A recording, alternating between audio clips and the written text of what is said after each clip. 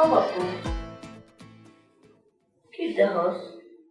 আরে আম্মা হারাই গেছি, কোথায় যে হারাই গেছি আম্মা। এটা কি তোর গার্লফ্রেন্ড? কি বললাম মা?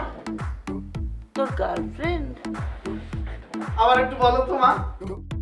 মানে শুনোস না, তোর গার্লফ্রেন্ড। ওরে আম্মা গো, কি কথা যে বলো মাঝে মধ্যে আম্মা, তোমার মুখটা কালে মনে করো যে কালে রূপার সাথ। তুমি পরির বাচ্চা বোঝো মা, পরির বাচ্চা। হ্যাঁ তোমাকে দেখাই মা, এককালে খাড়ার উপরে পরির বাচ্চা মা, তোমার দেখাই, তুমি দেখো,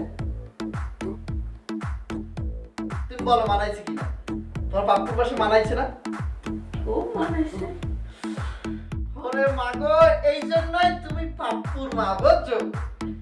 পাপ্পুর মতো একটা রত্নকে তুমি ধারণ করছো তোমার পেটে। কি মতলব? আম্মা, এই মাইয়া মাইয়া তো আম্মা আইছে আমার বাসার চাইতে লাগে, নতুন ভাড়াটিয়া।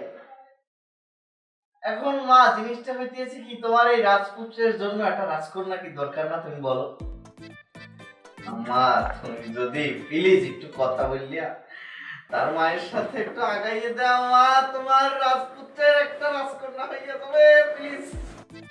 আমার পোলার অহনো বিয়ার বয়স হয়নি। আম্মা বেনান দেওয়ার তো হইবে বিয়ার বয়স, তুমি এরকম করো কেন? হইবে, যখন হইবে তখন দেখা যাইবে। এই তোমার কি তোমার পাপ্পু থাকবে এরকম জোয়ান তাগড়া? থাকবে না তো? হ্যাঁ দে আম্মা একটু দেখ। নিজে গুছাই এলো, এরপর আমি দেখবা।